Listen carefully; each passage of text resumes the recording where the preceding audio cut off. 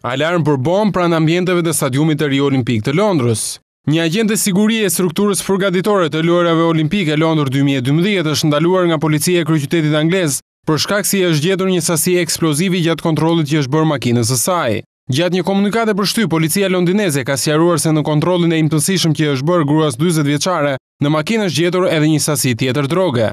Megjithatë, policia ka hedhur poshtë hipotezën për një sulm të mundshëm terrorist nga ana e gruas, e cila bënte pjesë në skuadrën e shërbimit të sigurisë që po merret me përgatitjet e Olimpiadës së vitit të ardhshëm. Gruaja, emri dhe origjina e së cilës nuk është bërë e ditur, është ndaluar të martën pasdite pranë stadiumit të Rio Olimpik të Londrës, pikërisht në ditën që përfunduan zyrtarisht punimet për ndërtimin e një pjandi të ri modern, i cili do të jetë edhe qendra kryesore e këtij eventi të madh sportiv. Incidenti i ndodhur nuk ka sjellë asnjë rrjedhojë negative dhe kërcënim direkt për sigurinë e këtij impjanti sportiv, ka bërë të ditur nëpërmjet një komunikate për shtyp policia e kryeqytetit anglez. Ndërkohë, shërbimi i sigurisë së lojrave olimpike ka reaguar nëpërmjet një zëdhënësi të vet, duke bërë të ditur se të gjithë pjesëtarëve të këtij institucioni i lejohet që të mbajnë sasi të vogla eksplozive me të cilin stërvisin qend. Megjithatë, pavarësisht këtij sqarimi, frika për akte terroriste në Angli mbi të gjitha në Londër para dhe gjatë lojrave olimpike është evidente. Për sa kohë shpesh Al-Qaeda e ka cilësuar Anglinë si epiqendrën e saj të sulmeve të reja terroriste.